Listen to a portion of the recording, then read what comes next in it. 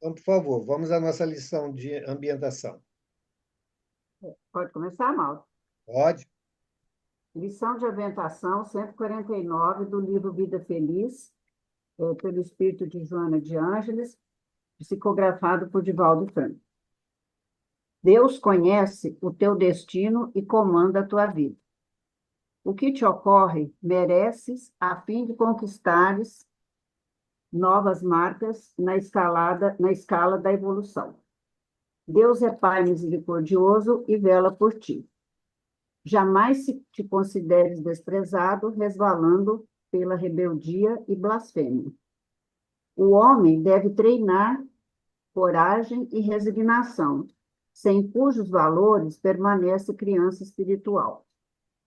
Deus não tem preferência e nos ama a todos.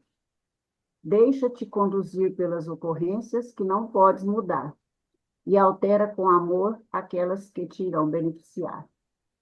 Desesperar-te? Nunca. Essa lição, como outras aí anteriores, é um beliscãozinho em nós para aceitar aquilo que vem e não desesperar. Saber que Deus é Pai, olha por nós, está sempre junto e nós temos que passar por aquilo. E essa frase que ela coloca, que jamais seremos desprezados, né, por Deus, e não adianta blasfemar, não adianta ficar rebelde, porque Deus está olhando e nós temos que passar por tudo aquilo que nós, às vezes, nos acontece. E aquela frase, desesperar-te nunca, eu penso que é uma lição, né, diante dos problemas, dos obstáculos, das pedras no caminho que nós temos que atravessar. Obrigado, Verinha. Diga, Carlos. Eu entendi também como mais um chamado para que creamos, né? Que acreditemos. E mesmo que seja difícil, ele fala que, ela fala, né? O homem deve treinar a coragem e a resignação, sem que os valores permaneçam a criança espiritual. Então a gente tem que ter a fé, tem que crer realmente em Deus para podermos driblar tudo isso aí, toda essa dificuldade. Sem ela, a gente não vai caminhar muito pouco, muito devagar. Já é devagar, né? Vamos caminhar mais devagar ainda. É verdade. Mais alguém? Então vamos para a nossa prece. Sou eu? Sim? Sim. Senhor Jesus, amado Mestre, reunidos aqui mais uma vez em Teu nome, Senhor. Queremos agradecer por essa bênção de poder estudar um pouco mais de Teus ensinamentos. Que possamos, Senhor, com as lições que estudamos, nos fortalecer. Que os amigos espirituais que nos acompanham, nos auxiliam nesses estudos, nossos mentores, possam nos ajudar, Senhor, a termos mais resignação diante das dificuldades necessárias para o nosso crescimento espiritual.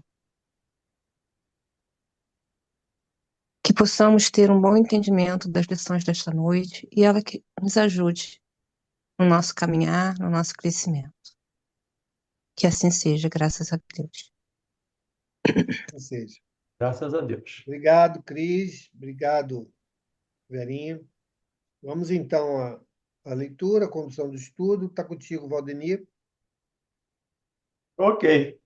Na semana passada, nós estudamos e comentamos os itens 1 e 2 desse capítulo 25. Para não começar pelo meio, né, por isso que eu sugeri que lêssemos pelo menos nos 1 e 2, e a partir do 3, voltamos a fazer comentários. Pode ser, Carlos? Vamos lá. Let's go. Capítulo 25. Buscai e achareis. Ajuda-te a ti mesmo, que o céu te ajudará. Tem um. Pedi e se vos dará. Buscai e achareis. Batei a porta e se vos abrirá. Porquanto, quem pede recebe e quem procura acha. E aquele que bate a porta abrir-se-á. Qual o homem que dentre vós e dá uma pedra ao filho que lhe pede pão? Ou se pedir um peixe, dar-lhe-á uma serpente? Ora, se sendo maus como sois, sabeis as boas coisas dos vossos filhos, não é lógico que, com mais forte razão, vosso Pai que está nos céus dê os bens verdadeiros aos que lhe os pedirem? Mateus capítulo 7, versículos 7 a 11. Item 2. Do ponto de vista terreno, a máxima buscai e achareis é análoga a esta outra. Ajuda-te a ti mesmo, que o céu te ajudará. É o princípio da lei do trabalho e, por conseguinte, da lei do progresso, porquanto o progresso é filho do trabalho, visto que este põe em ação as forças da inteligência. Na infância da humanidade, o homem só aplica a inteligência à cata do alimento, dos meios de se preservar das intempéries e de se defender dos seus inimigos. Deus, porém, lhe deu a mais do que outorgou ao animal o desejo incessante do melhor. E é esse o desejo que o impele à pesquisa dos meios de melhorar a sua posição, que o leva às descobertas, às invenções, ao aperfeiçoamento da ciência, porquanto é a ciência que lhe proporciona o que lhe falta. Pelas suas pesquisas, a inteligência se lhe engrandece, o moral se lhe depura. A necessidade do corpo sucede do espírito. Depois do alimento material, precisa ele do alimento espiritual. É assim que o homem passa da selvageria à civilização. Mas, bem pouca coisa é, imperceptível mesmo, em grande número deles, o progresso que cada um realiza individualmente no curso da vida. Como poderia então progredir a humanidade sem a persistência e a resistência da alma? Se as almas se fossem todos os dias para não mais voltarem, a humanidade se renovaria incessantemente com os elementos primitivos, tendo de fazer tudo, de aprender tudo. Não haveria, nesse caso, razão para que o homem se achasse hoje mais adiantado do que nas primeiras idades do mundo, uma vez que a cada nascimento todo o trabalho intelectual teria de recomeçar. Ao contrário, voltando com o progresso que já realizou e adquirindo de cada vez alguma coisa a mais, a alma passa gradualmente da barbárie à civilização material e desta à civilização moral. Veja capítulo 4, número 17. O capítulo 4 é o nascer de novo. O capítulo inteiro é o nascer de novo.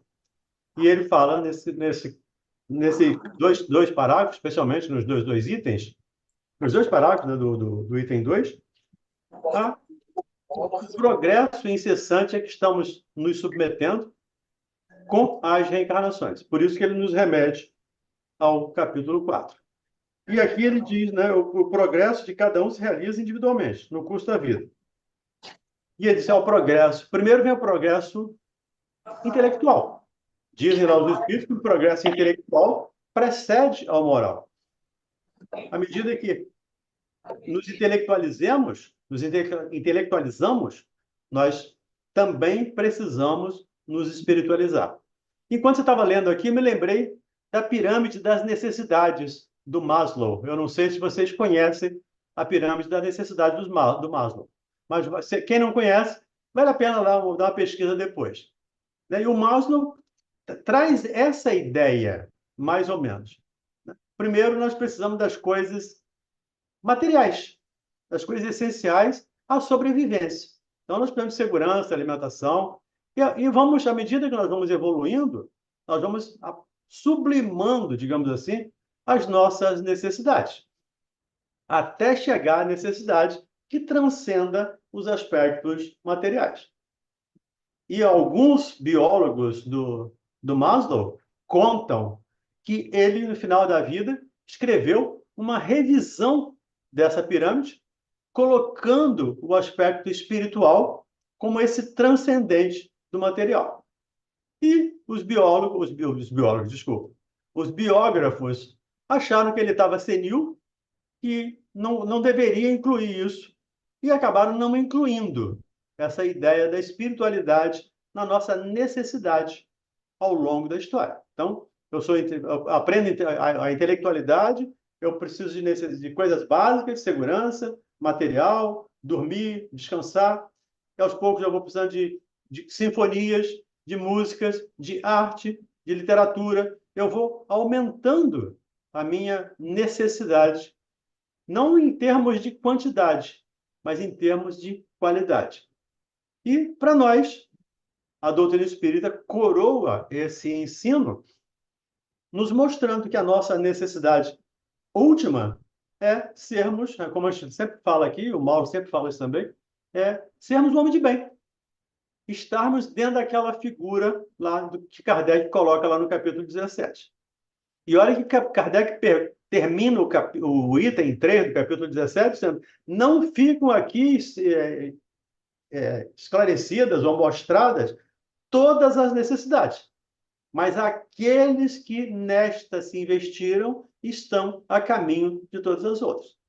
Então, quando nós nos tornarmos homens de bem, estaremos a caminho da perfeição, dessa perfeição relativa a que cada um de nós, como criatura de Deus, está sujeito a crescer, a evoluir. Por isso, Kardec é muito coerente nesses comentários aqui, lembrando.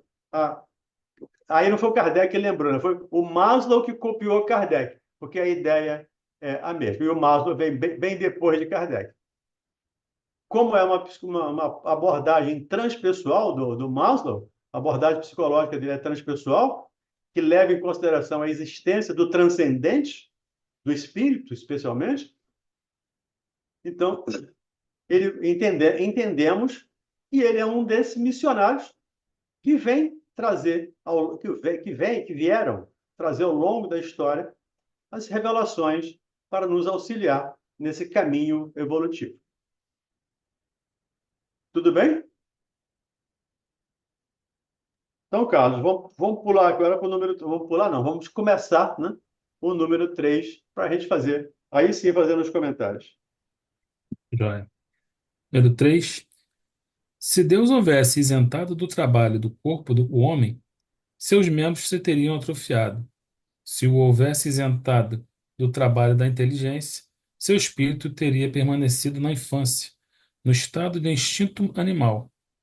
Por isso é que ele fez do trabalho uma necessidade e lhe disse: procura e acharás, trabalha e produzirás. Dessa maneira serás filho das tuas obras, terás dela o mérito e serás recompensado de acordo com o que hajas feito. De novo, o texto de Kardec bastante claro. E para a gente aqui, né, se Deus nos tivesse isentado do trabalho físico, nossos braços teriam se atrofiado. E quando eu estava estudando isso aqui, eu me lembrei da teoria da evolução de Darwin. Quem estudou um pouco, quem viu um pouco, quem viu aqueles animais da ilha de Galápagos, pássaros que perderam as asas. Pássaros que, ao longo do tempo, atrofiaram as asas, porque não tinham predadores. Eles não precisavam fugir dos predadores. Por consequência, não voavam. Se não voaram, que asa para quê? Acabaram atrofiando as asas. A fala de Kardec, de novo, agora sim, de novo, é o Darwin, né, copiando Kardec, né, falando da teoria da evolução. A fala do Darwin é muito coerente com a fala de Kardec. Nós precisamos ocupar-nos não só intelectualmente, mas também fisicamente. Quem não tem que trabalhar fisicamente, quem não é obrigado a trabalhar fisicamente, precisa fazer alguma atividade muscular para não se atrofiar. Assim como se atrofia o músculo, se atrofiam também, me permitam a correlação, se atrofiam também os nossos neurônios. A nossa inteligência não se desenvolve. Ronald, o seu som está aberto. E nós precisamos desenvolver músculos, mas também neurônios. Precisamos desenvolver-nos na plenitude, holisticamente, digamos assim. Então, por isso, Kardec nos diz aqui que Deus nos colocou a lei de trabalho como uma lei divina, uma lei natural. Está lá na terceira parte do Livro dos Espíritos, que nós já estudamos. Essa lei do trabalho nós já estudamos. Por isso, trabalhemos. Eu sempre digo, né? A gente está estudando o nosso lar, estudamos ontem o nosso lar, e tem uma fala lá do ministro Genésio, ele diz lá, quando o trabalho aparece, é porque o servidor está pronto. Então, se o trabalho apareceu para nós, aceitemo-lo. Aceitemo-lo de boa vontade. E como diz a Joana, tem coisas que nós podemos mudar, tem coisas que nós não podemos. Então, se apresentou o trabalho, aceitemos o trabalho e aceitemos de bom grado. Porque vai ser a nossa salvação. Por favor, salvação com aspas. Aqui é o sentido vulgar da palavra, tá? Vai ser a nossa salvação quando sairmos aqui. Nós só vamos conseguir um emprego lá no plano espiritual se tivermos nos engajado em trabalho aqui. Senão vai ficar difícil. Eu tenho um livro do Luiz Sérgio que ele nos fala isso. Se nós não tivermos trabalho aqui, quando deixarmos o corpo, seremos envolvidos pelas trevas e seremos capturados caso não tenhamos mérito. E o mérito se consegue com trabalho. É recompensado com que hajas feito. Dessa maneira, serás filho das tuas obras. Terás delas o mérito e serás recompensado de acordo com o que haja feito. Por isso que Jesus diz lá, pelos frutos se conhece a árvore. Porque a árvore boa não dão maus frutos. A árvore boa dão bons frutos. E aí vale nos perguntar quais frutos eu estou produzindo. Mas é eu. Não é o palestrante, não é o diretor, não é o médico, não é o diretor do centro, não é o presidente da República. Sou eu. Quais frutos eu estou produzindo? Como diz Emmanuel, frutos sazonados ou frutos adoecidos? Frutos ruins, apodrecidos. Aí é questão de análise de cada um. Sem, por gentileza, olhar para o lado. Nesse caso, nós precisamos olhar para nós mesmos. Porque olhar para o lado estaria julgando. E nós, espíritos da Terra, não temos condições, hoje, pelo menos, de julgar ninguém. É uma recomendação de Jesus. Não julgue para não ser julgado. E a respeito do trabalho, ele diz, bata, faça, peça, como eu lembrei semana passada. Verbos no imperativo. Jesus é ativo. Ele faz, ele fez, ele continua fazendo. Ele não basta uma virtude negativa, dizem os espíritos. É preciso uma virtude positiva. Ou seja, não basta não fazer o mal. É preciso fazer o bem. Continuemos, Carlos. Vamos nessa. Item 4. Em virtude desse princípio, é que os espíritos não acorrem a poupar o homem ao trabalho das pesquisas, trazendo-lhe já feitas e prontas a ser utilizadas, descobertas e invenções, de modo a não ter ele mais do que tomar o que lhe ponham nas mãos, sem um incômodo sequer de abaixar-se para apanhar nem mesmo o de pensar. Se assim fosse, o mais preguiçoso poderia enriquecer-se e o mais ignorante tornar-se sábio à custa de nada, e ambos se atribuírem o mérito do que não fizeram. Não, os espíritos não vêm isentar o homem da lei do trabalho. Vêm unicamente mostrar-lhe a meta que lhe cumpre atingir e o caminho que a ela conduz, dizendo-lhe: anda e chegarás. Toparás com pedras, olha e afasta tu mesmo. Nós te daremos a força necessária, se a quiseres empregar. Livro dos Médiuns, segunda parte, capítulo 26, número 291 e seguintes. De novo, o Kardec nos lembra, os espíritos não vão fazer a nossa parte. Na semana passada, eu me lembro que eu estava com a canequinha de café aqui, aí eu botei a canequinha de boca para baixo e ainda pedi, alguém pode me dar um café? Ninguém pode, porque eu estou com a canequinha com a boca para baixo. Então não tem como alguém me dar um café. E não tem como ninguém fazer a minha parte. Eu preciso fazer a minha parte. Porque os espíritos não farão. Deus não fará. Jesus não fará a minha parte. Então eu preciso trabalhar. Eu preciso produzir. Que eles não fazem o que nós precisamos fazer, o que nós temos que fazer. Eles não vão nos isentar do trabalho. Eles vão nos estimular, nos orientar. Se estivermos nos esforçando, nos auxiliar, nos intuir. Ainda um fato recente, acontecido com um colega meu lá da rádio. Ele estava saindo do prédio e vinha uma moto com dois irmãos armados e gritaram para ele: perdeu. Ele se jogou, ele estava descendo do trabalho, ele se jogou num canto e o rapaz saiu da moto, foi lá, passou por ele para lá e para cá, com a arma na mão, e não o viu. Ele deitado no chão. E foram embora. Aí hoje, na mesa mediúnica, o Espírito dizendo: tivemos muito trabalho para colocar um cobertor em cima de você. Para ajudar aquele que faz a sua parte. Faça a tua parte e o céu te ajudará. Os amigos espirituais vão nos ajudar sempre. Eles nunca vão deixar de nos ajudar. Mas precisamos fazer a nossa parte. Diga, Carlos Santos. Essa parte que ele fala que eles vêm unicamente mostrar-lhe a meta que ele cumpre atingir e o caminho que ela conduz. Aqui ele está falando para todos ou aqueles médios que trabalham, às Para vezes, todos. para todos. Todos. Todos estamos submetidos à lei de progresso. Todos chegaremos um dia, sei lá quando, né? Mas um dia chegaremos a essa meta de sermos perfeitos.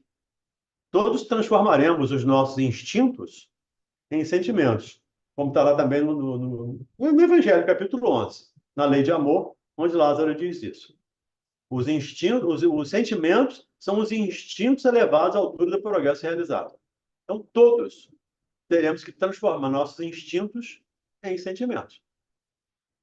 Os médiuns têm uma ferramenta como outra qualquer. Como cada um de nós tem ferramentas. Né? Nós temos a ferramenta da inteligência, da voz, da possibilidade de falar, de ensinar. O médium, além dessa, ainda tem a possibilidade dessa comunicação. Mas ninguém está isento do trabalho. E ele está recomendando a todos: vem mostrar o caminho. E qual o caminho, ou qual o lema principal da doutrina espírita?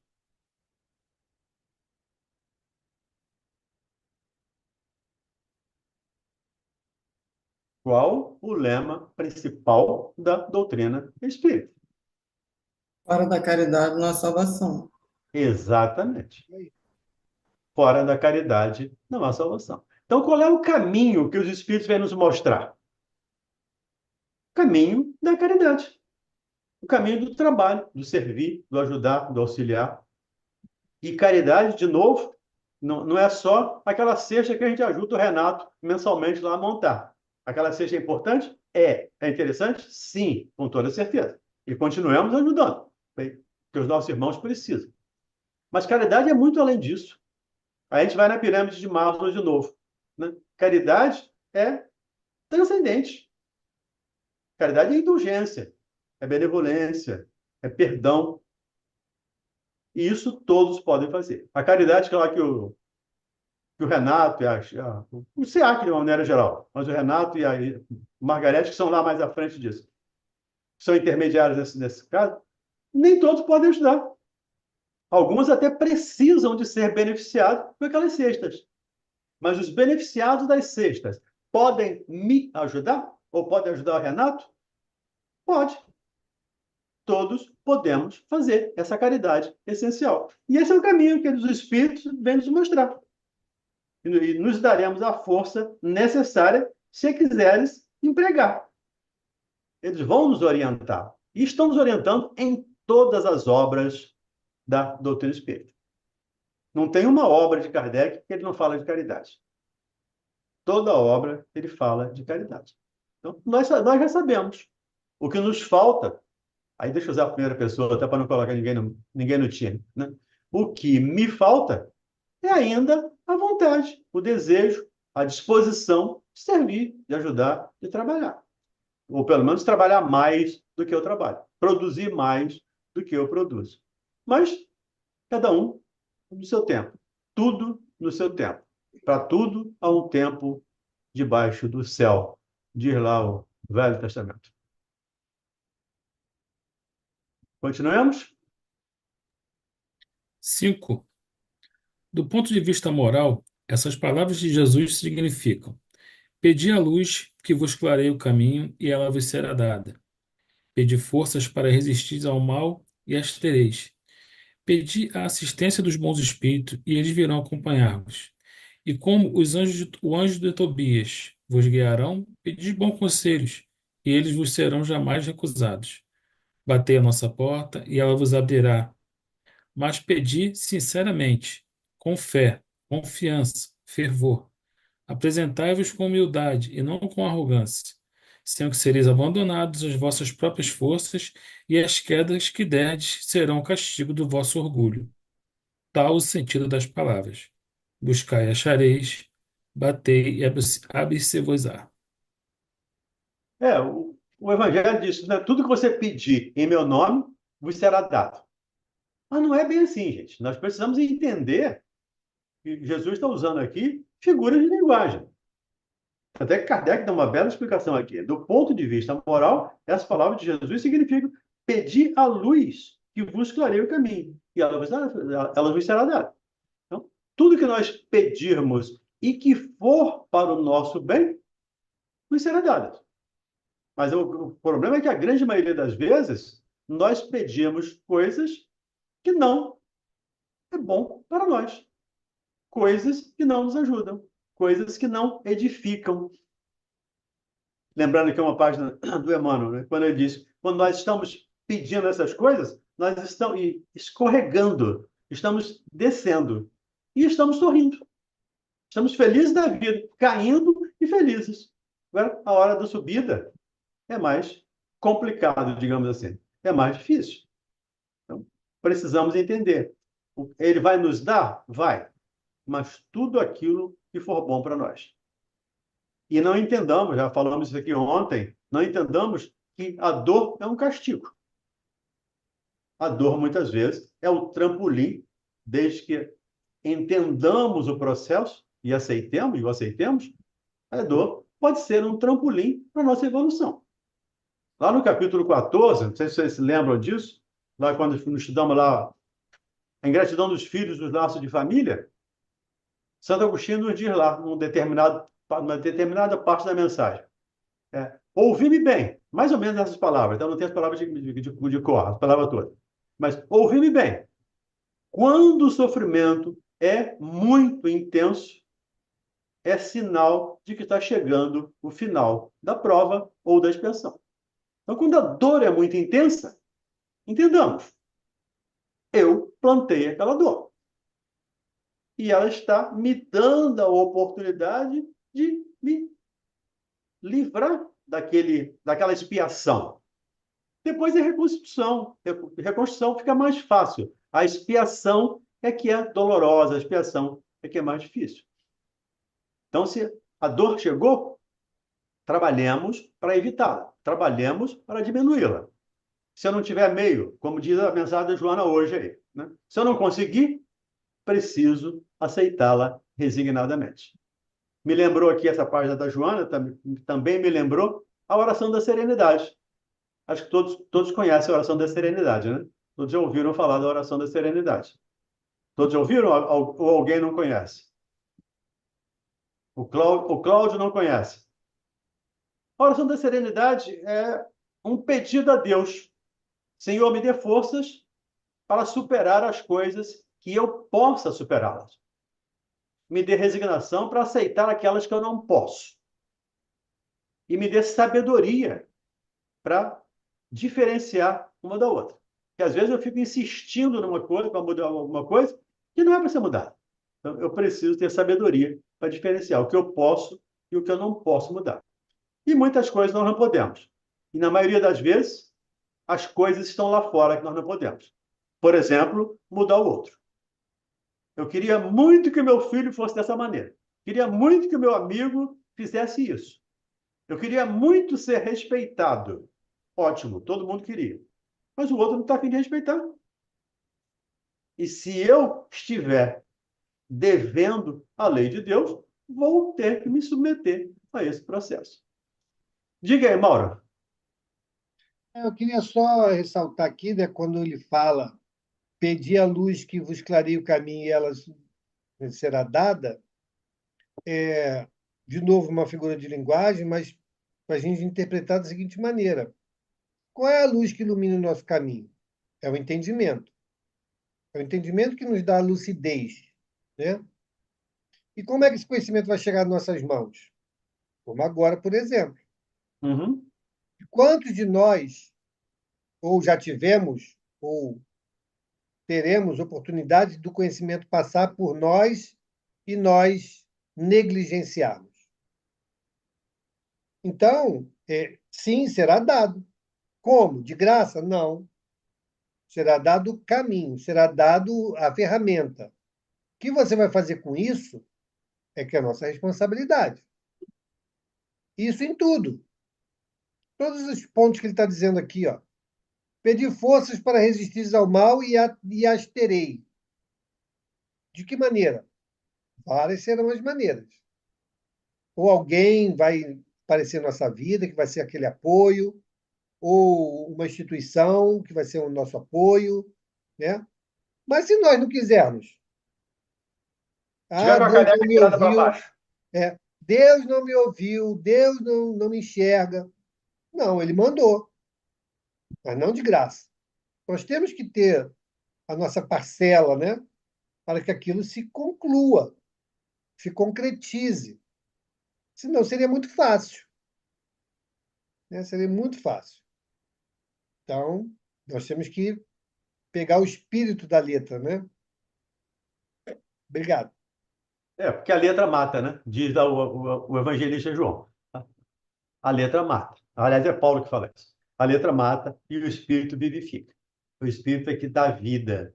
Então a gente precisa entender isso e não pegar literalmente as palavras de Jesus ou os textos de uma maneira geral, né? Não só os textos evangélicos, bíblicos, mas qualquer texto que nós pegarmos, não podemos entendê-lo ou interpretá-lo literalmente.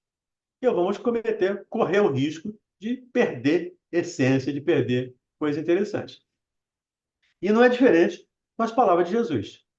Ele usa uma figura de linguagem, usa várias figuras de linguagem, muitas metáforas, muitas histórias, muitas parábolas, para nos contar a historinha, até porque não tínhamos, a época dele, aqui entre nós, não tínhamos condições de entender as palavras de Jesus. Muita coisa não tínhamos condições de entender. Então, por isso ele contou historinhas que, ao longo do tempo, à medida que nós vamos crescendo, nós vamos interpretando diferente, vamos interpretando diferentemente. Cada vez que a gente lê, tem uma percepção diferenciada, normalmente um pouco ampliada. Então, não percamos. Primeiro, eu disse para não perder a oportunidade de trabalho. Então, não percamos também a oportunidade do estudo. Nós precisamos estudar, nós precisamos conhecer. Faça brilhar, diz ele, a vossa luz. E a luz não é essa luz que está aqui, luz elétrica. Brilhar a nossa luz, como lembrou o Mauro, é nosso conhecimento, a nossa inteligência. E não coloque a sua luz debaixo do alqueire. Não esconda a sua luz. É claro que nós, com isso, não quer dizer que temos que forçar as pessoas a nos ouvir.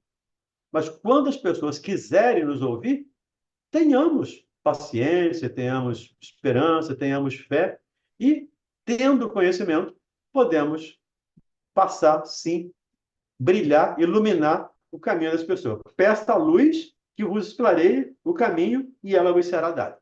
Então, não nos esqueçamos disso. Diga, Carlos. Eu tinha grifado esse item, mas o que me chamou mais atenção foi as ressalvas, que é no final, né? Pedir Hum. sinceramente, com fé, confiança e fervor e com humildade. Porque muitas das vezes nós pedimos e não é bem assim, né? É o que foi o que eu falei, a gente pede, muitas vezes, aquilo que não é bom para mim, aquilo que me fará mal. Ou não pedimos com a humildade necessária, com o entendimento de que só me será dado aquilo que for bom para mim, mesmo que eu ache que seja ruim. Acho que ninguém gosta de sentir dor, obviamente, a não ser um masoquista. Mas nós não somos masoquistas. Então ninguém gosta de sentir dor. Mas muitas vezes a dor é que nos convida à transformação. Me lembro sempre, quando eu falo disso, me lembro a história do cachorrinho deitado em cima do prego. Eu já contei aqui. Então, à medida que a dor vai aumentando, ele vai sair de cima do prego. Mas enquanto a dor estiver tolerável, suportável, ele vai ficar chorando, não vai sair dali. Então, precisamos nos levantar. Precisamos produzir, trabalhar, estudar, servir, ajudar, amar, coisas que nós conhecemos na medida da nossa possibilidade. Não temos condições de amar como Jesus nos ama. Mas essa é a meta. Ser de perfeitos como perfeito é o Pai. Vamos ser? Não. Mas está nos mostrando o modelo. Eu preciso me esforçar, como Jesus está te esforçando, para ser perfeito como o Pai. Está caminhando para o Pai. Está fazendo a vontade do Pai. Mesmo que tenha que ir para uma cruz. Mesmo que tenha que carregar uma coroa de espinhos. Ele vai carregá-la. Ele, se for possível, afasta de mim esse cálice. Mas que seja feita a tua vontade e não a minha. É uma outra situação para nós nas nossas preces. Que seja feita a vontade de Deus e não a nossa. É uma coisa que a gente precisa aprender nas nossas orações. Pedir? Claro, peça e se vos dará, desde que você mereça, desde que você peça com humildade, peça com sinceridade. Peça, bata que vai se abrir. Mas a porta se abrir não quer dizer tirar a minha dor. Muitas vezes é um amigo que vem me abraçar. Muitas vezes é uma palavra, é uma palestra, é um filme, é um livro que eu leio, é uma mensagem que chega para me ajudar, para me fortalecer. Isso é ajuda que vem dos céus. É igual aquela ajuda lá da enchente, né? Que o cara está preso lá na enchente, aí passa uma tora, passa um barco, passa um, sei lá, passa um helicóptero, e ele não pega nenhum, porque eu estou esperando que Deus o retire, pessoalmente. Então, aí a gente morre afogado, porque faltou entendimento, faltou compreensão, faltou luz para entender as palavras do Cristo. Continuemos? Observar os pássaros do céu? Observar os pássaros do céu. Tem 6. Não acumuleis tesouro na terra, onde a ferrugem e os vermes os comem, e onde os ladrões os desenterram e roubam. Acumulai tesouros no céu, onde nem a ferrugem nem os vermes os comem. Porquanto, onde está o vosso tesouro, aí está também o vosso coração. Eis porque vos digo: não vos inquieteis por saber onde achareis o que comer para o sustento de vossa vida, nem de onde tirareis vestes para cobrir o vosso corpo. Não é a vida mais do que o alimento e o corpo mais do que as vestes? Isso aqui nos lembra um processo de ansiedade. Não vos ansieis pelo dia de amanhã. Então, a gente imagina que a ansiedade é uma doença contemporânea, né? É um transtorno da contemporaneidade. É um transtorno de hoje, século XX, século XXI. Os salmos, 1000 anos antes de Cristo, já falavam disso. Já falavam dessa dor da alma, dessa ansiedade.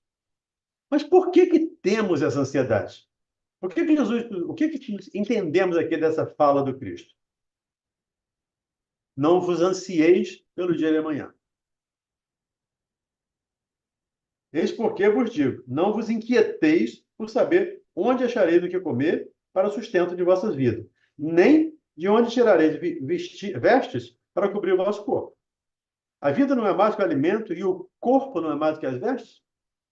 Então, falta-nos muitas vezes, de novo, fé. Aí lembramos de Jó, né? O Senhor me deu, o Senhor tira. É o que nós precisamos entender. Falta-nos ainda fé. Ou falta-nos, ou ela está ainda bem pequena, digamos assim. Bem menor que um grão de mostarda, como disse Jesus, né? Que um grão de mostarda, se tivesse a fé do tamanho de um grão de mostarda, com certeza, eu não me ansiaria pelo que há de comer, ou de beber, ou de vestir. Porque se eu trabalhar, o trabalhador é digno do seu salário. Se eu trabalhar, eu vou ter aquilo que eu preciso. Não aquilo que eu quero, mas aquilo que eu preciso, aquilo que eu necessito. Sim, aquele essencial eu vou ter. Como acontece lá no nosso lar, né? A ninguém falta essencial. Mas quem trabalha tem méritos, tem possibilidade de ampliar, de viajar, de sair, de conhecer. Quem não trabalha fica com apenas o essencial. Diga, Robson. Boa noite, boa noite. Estão me ouvindo? Sim. Você abriu a câmera e fechou o microfone. Pronto, estão me ouvindo? Estou. Sua câmera está fechada, mas eu estou ouvindo. Tá bom. Desculpa, eu cheguei agora, eu peguei esse trechinho, mas já queria tirar essa dúvida.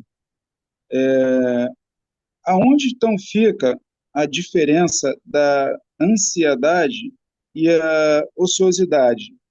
Você ficar esperando a providência divina e você ficar e a ansiedade de obter a resposta. Ficou claro a minha pergunta? Ficou. A sua pergunta foi respondida no número 1. Eu não sei se você já estava aqui, no item 1, quando nós Não, lemos. não, eu cheguei agora, desculpa. Não, tudo bem. Então, vamos lá. Pedi e vos dará. Batei e achareis. Batem a porta e ela se abrirá. Por conta quem pede e quem procura, acha. E aquele que bate a porta, abrir-se-á. Ou seja, Kardec diz, essa máxima de Jesus equivale ao faça a tua parte que o céu te ajudará. Deus, nem os amigos espirituais, ninguém vai fazer o que nos compete fazer. Só a mim, só eu posso fazer o que me compete. Os amigos podem me dar força, podem me ajudar, podem botar uma almofada no meu ombro para eu carregar a cruz. Pode aparecer um sirineu para me ajudar a carregar a cruz, mas a minha cruz eu tenho que levar. Então, faça a tua parte, que o céu te ajudará. E por isso que o Kardec diz aqui, é pedir com humildade, com resignação, com aceitação, entendendo que nem tudo que eu quero é bom para mim.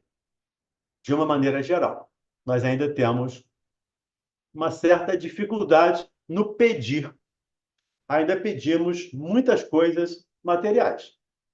Por isso, no outro trecho, ele diz, não acumuleis tesouros na terra, onde as traças corroem, os ladrões roubam.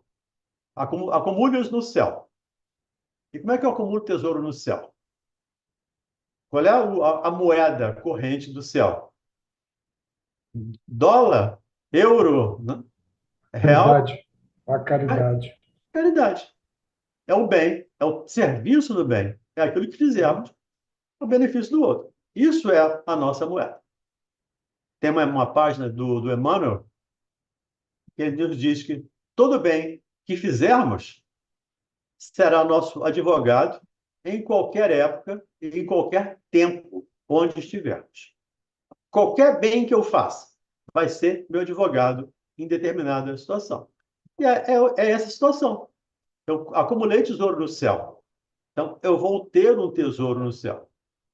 E tesouro, de novo, não são bens materiais, mas são amigos, trabalho, principalmente trabalho. Uma coisa que a gente dá aqui de uma maneira geral, a gente foge do trabalho, né? Ou tenta fugir do trabalho. Os amigos espirituais trabalham 24 horas por dia. Eles não precisam descansar, não precisam dormir, não precisam comer. Eles trabalham 24 horas por dia. Eles descansam mudando de trabalho. Então, eu estou trabalhando, eu vou ser aqui. Agora eu vou descansar, vou trabalhar lá. Às vezes eu brinco com o Mauro lá na quarta-feira. Né? Saímos da rádio, agora eu vou descansar no consultório. Quando eu saí do consultório, eu falei, agora eu vou descansar na rádio. Aí eu vou lá, faço o programa, agora eu vou descansar no consultório. Volto para o consultório, vou descansar. Renovar trabalho é descansar para nós. Não sei, Robson, se te ajudou aí, se clareou alguma coisa para você. Se não, fica à vontade para colocar réplica.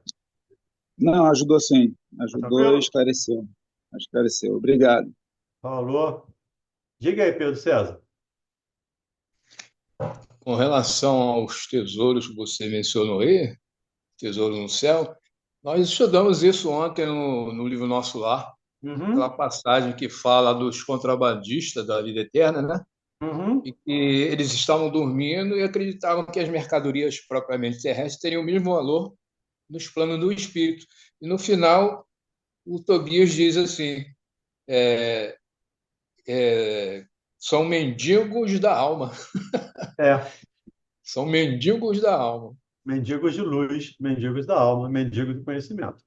Guardaram tanto, e aí me lembra. A gente vai falando, vou lembrando passagens que a gente conhece, né? Passagens evangélicas. Mas aquele cidadão que colheu muitos grãos. Acho que todo mundo conhece a história de Jesus que Jesus contou. Cidadão que colheu muitos grãos e não tinha onde guardá-los.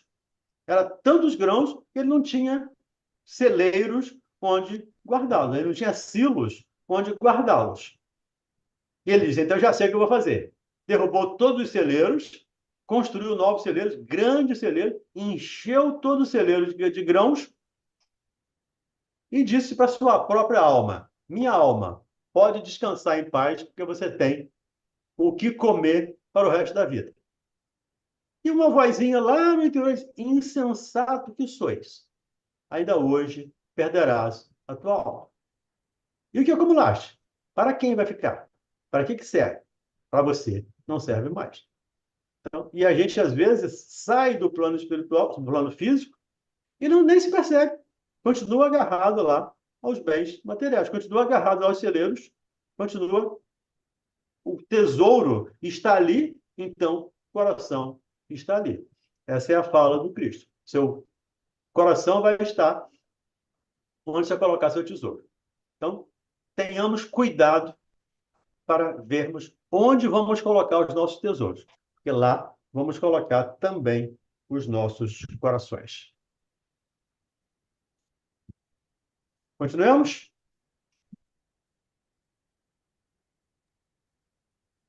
Vamos lá, Observar os pássaros do céu. Não semeiam, não ceifam, nada guardam em celeiros, mas vosso Pai Celestial os alimenta. Não sois muito mais do que eles? E qual dentre vós o que pode, com todos os seus esforços, aumentar de um côvado a sua estatura? Aí o Robson que fez a pergunta da ansiedade. Aí está a pergunta. Qual dentre vós o que pode, com todos os seus esforços, com todo o seu poder, com todo o seu dinheiro, aumentar de um côvado a sua altura? Vamos diminuir esse côvado.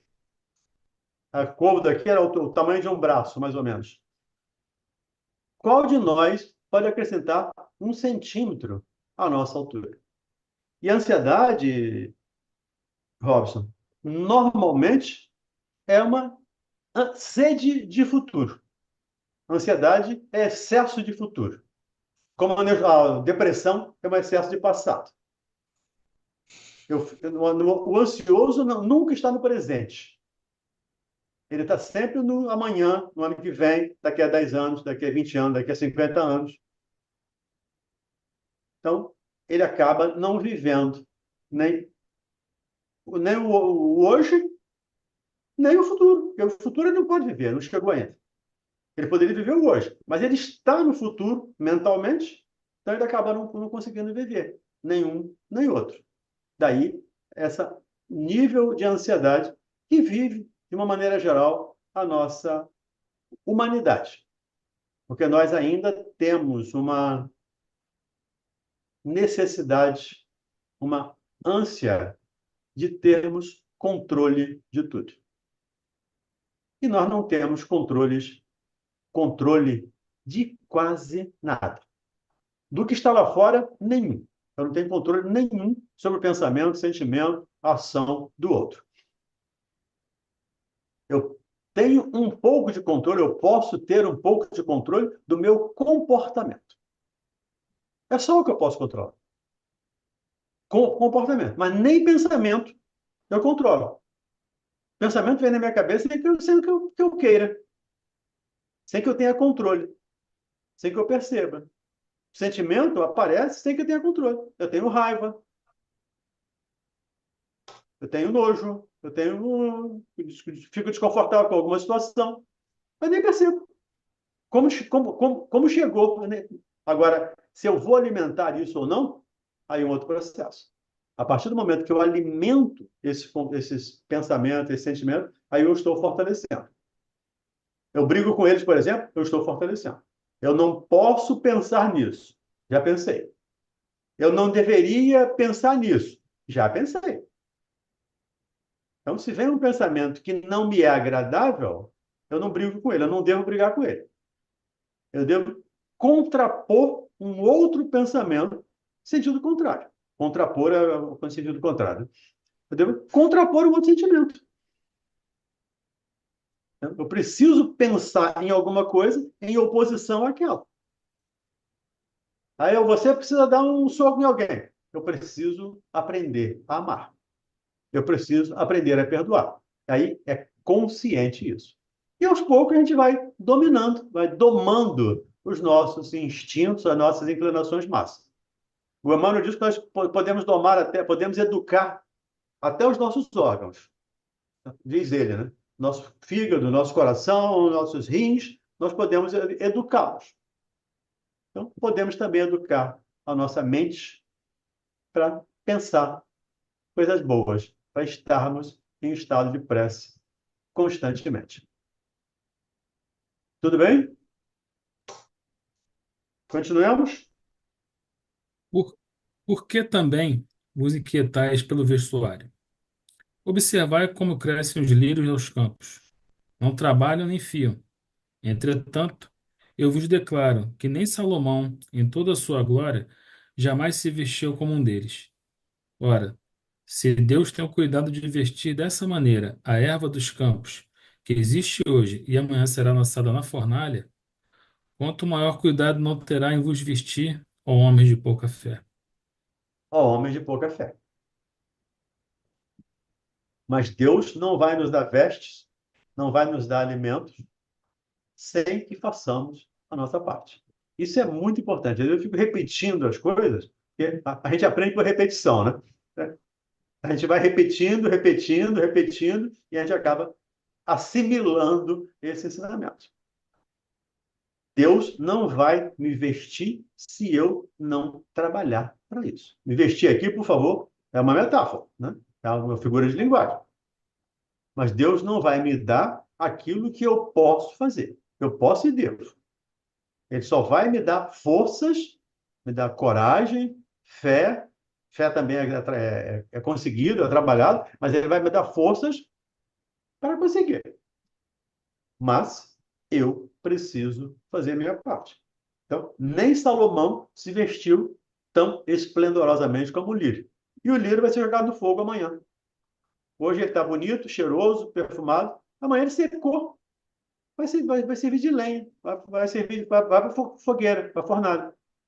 Será que não valemos mais que um lírio? Será que não valemos mais que um pássaro?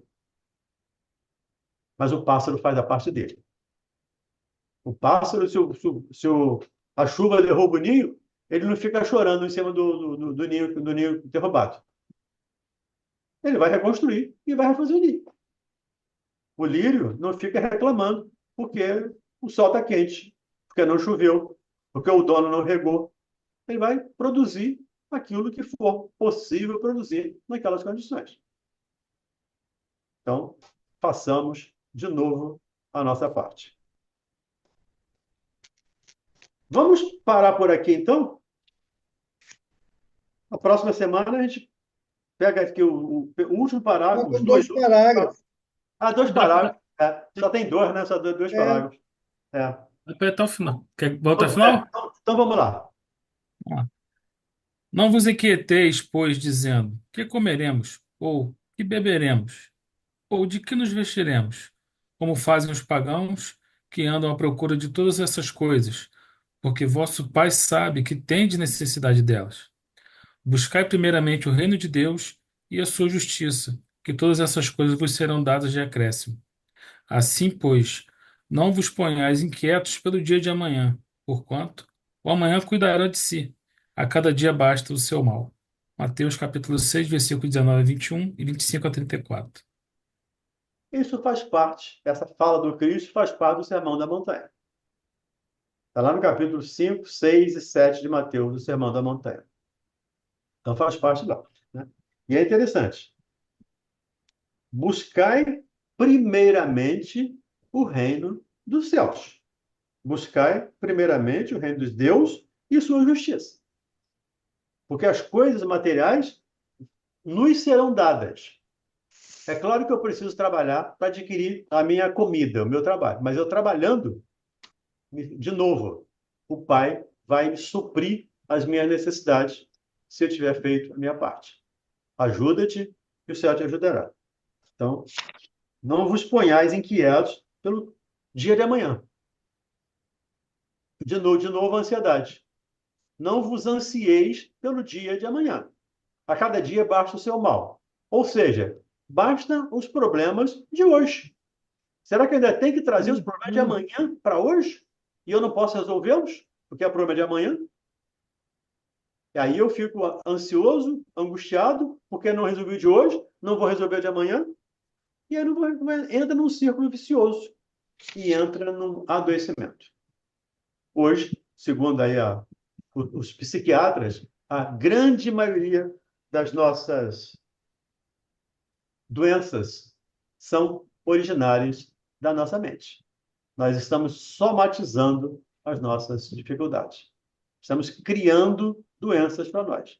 Então, tenhamos esse cuidado de mantermos a nossa mente equilibrada. O mais equilibrada possível, é claro. Né? Ninguém aqui está 100% equilibrado. Mas o mais equilibradamente possível, precisamos trabalhar para isso. Alguma coisa? Alguém quer falar, perguntar? Ninguém? Então tá contigo, Mauro. Ninguém quer falar mais? Hoje o pessoal está muito quieto. Obrigado, Valdemir. Obrigado a todos. Vamos, então, fazer a nossa prece. Vamos pedir a nossa irmã Carmen. Carmen, você pode fazer a nossa prece?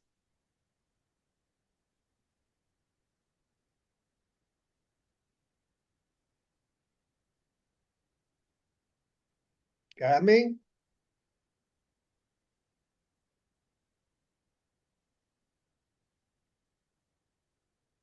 Você deve estar com alguma dificuldade. Eu faço, Mauro. Pois não, pode fazer, Ronald, por favor. Obrigado. Cheguei atrasado. Boa noite a todos. Vamos fechar os nossos olhos e levar o nosso pensamento ao nosso Mestre Jesus, agradecendo por mais essa oportunidade na noite de hoje, de podermos nos reunir em Teu nome para estudar o Teu Evangelho. Que possamos colocar em prática tudo aquilo que aqui aprendemos no dia de hoje. Que a espiritualidade amiga nos fortaleça em nossa jornada e possamos ser cartas vivas do Teu Evangelho. Te agradecemos mais uma vez e pedimos, Senhor, a permissão para dar por encerrado o estudo dessa noite. Que a Tua paz recaia sobre todos, hoje, agora e sempre. Graças a Deus. Graças a Deus. Que assim seja. Amanhã tem rádio. Não nos esqueçamos. Tem respondendo aos ouvintes. Então, nos vemos amanhã lá na rádio. Isso aí. Boa noite a Abraço, Boa gente. noite. Boa noite a todos. Boa semana para todos. Boa Boa noite noite. a todos. Deus. Boa noite. Boa noite Boa a todos. noite. É.